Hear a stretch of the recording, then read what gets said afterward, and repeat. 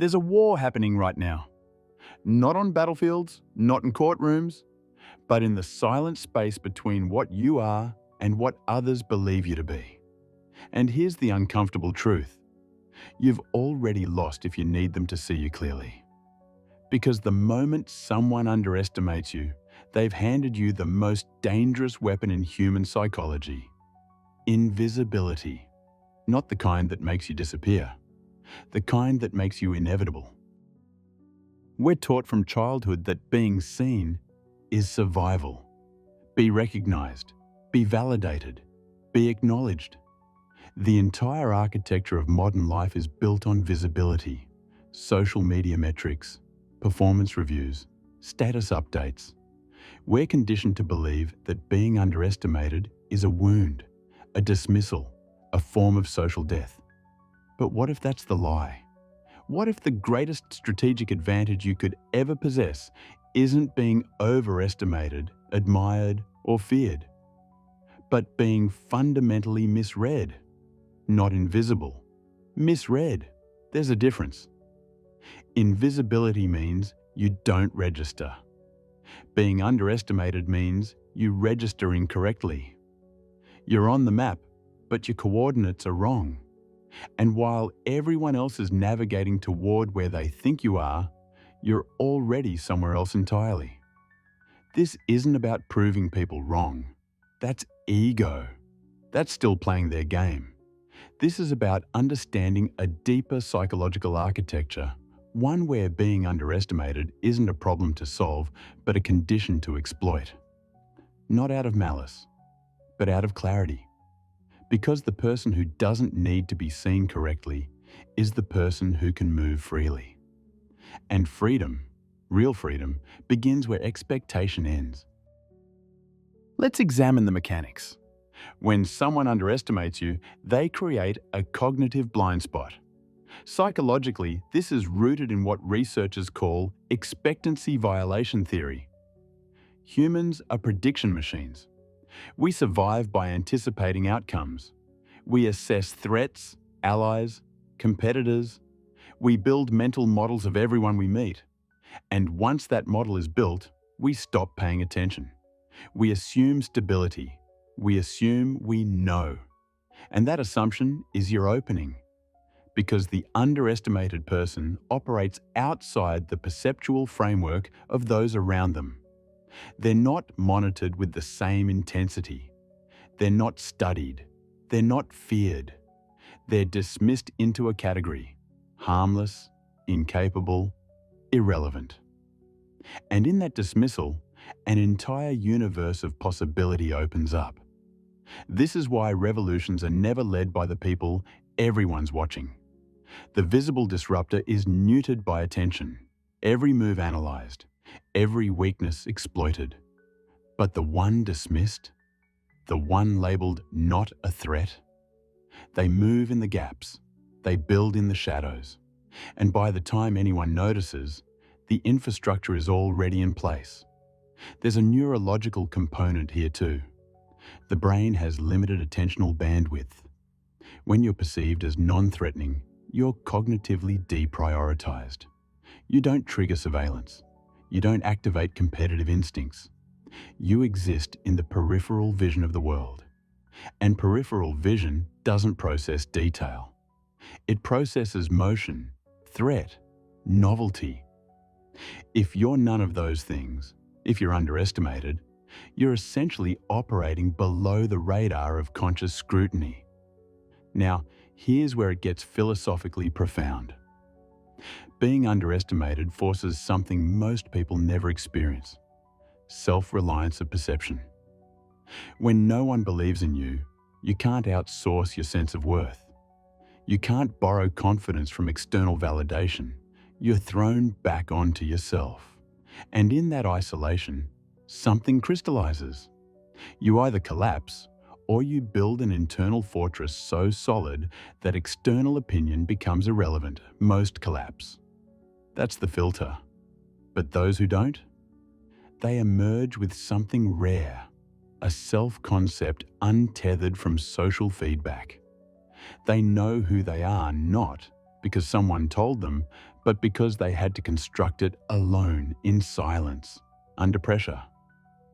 And that kind of self-knowledge is unshakable.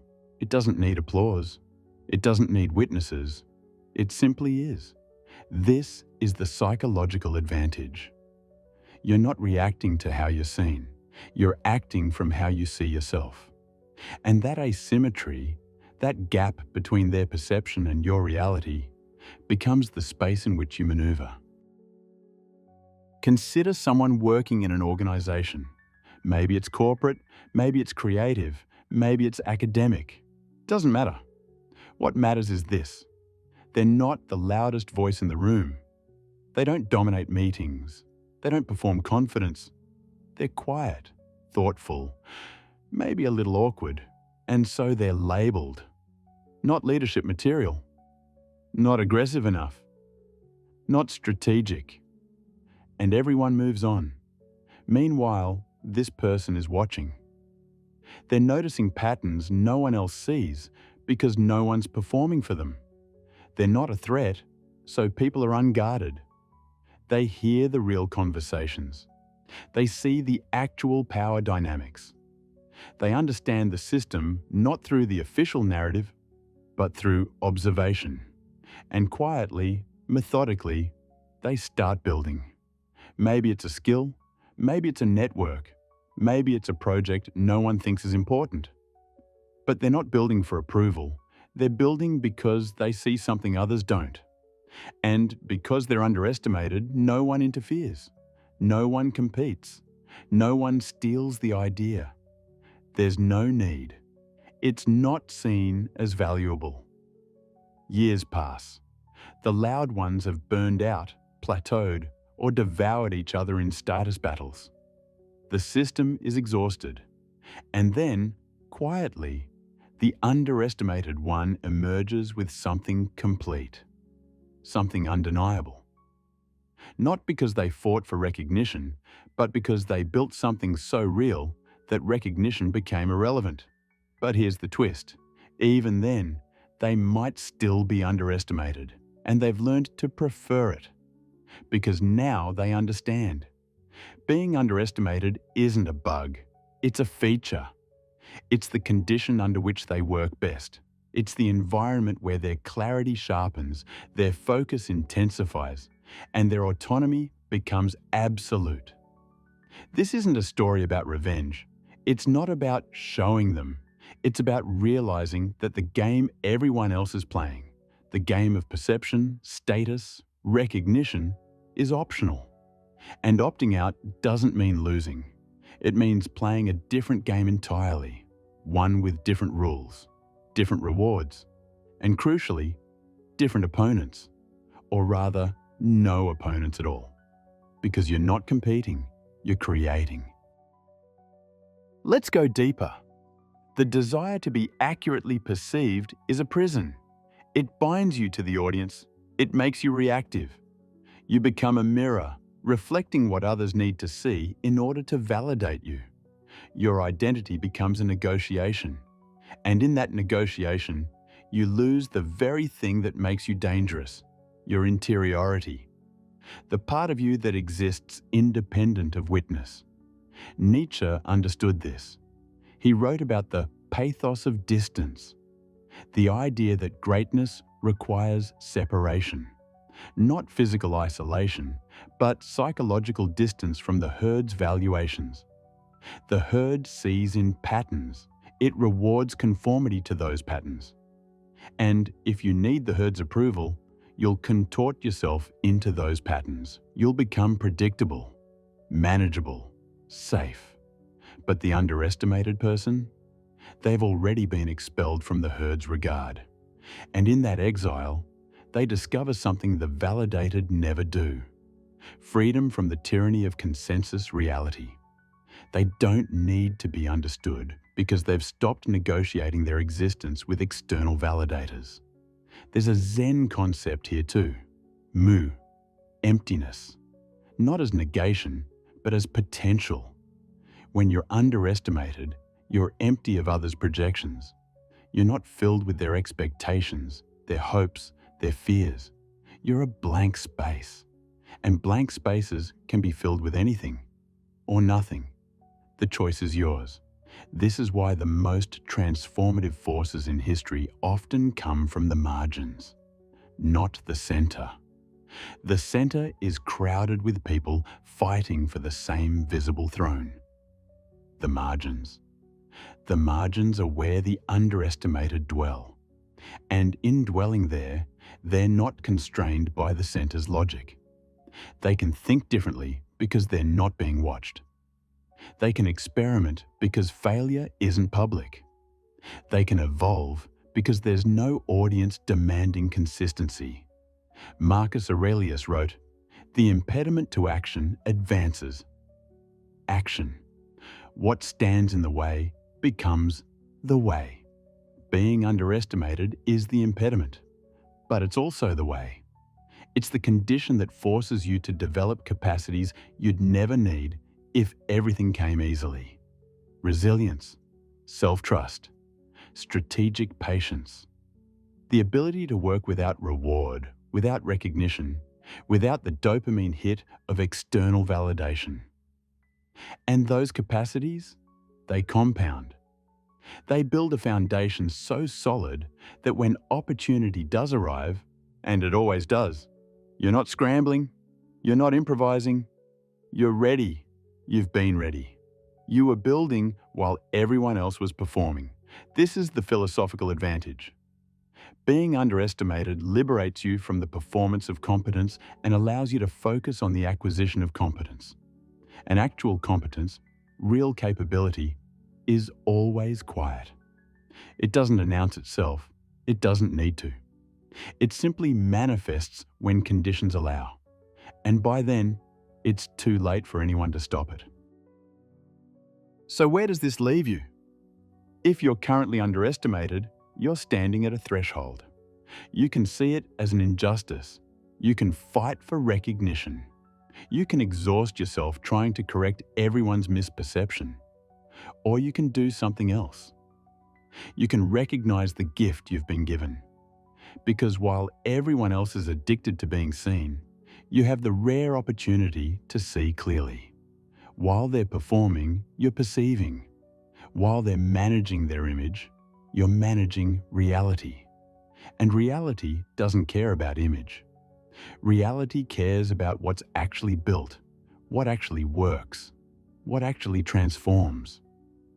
The underestimated life isn't the consolation prize.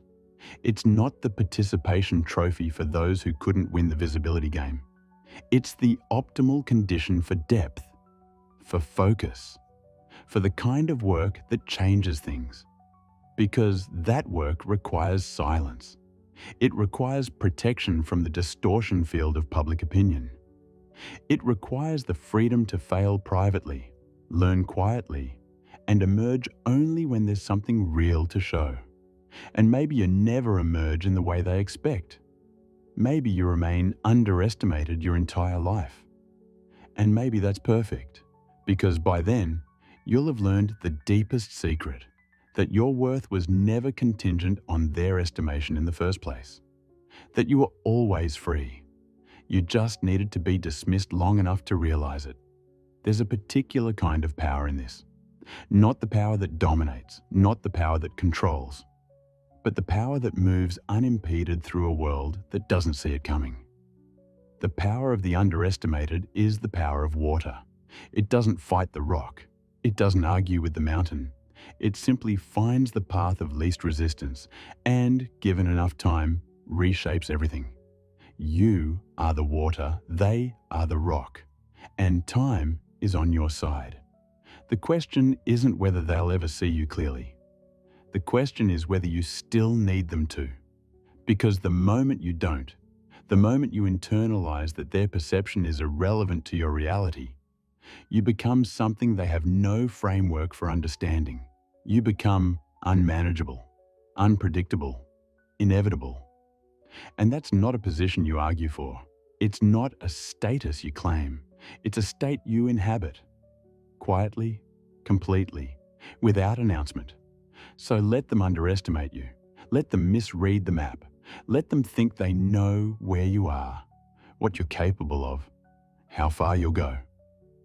And while they're busy being certain, you'll be busy becoming something they never imagined possible.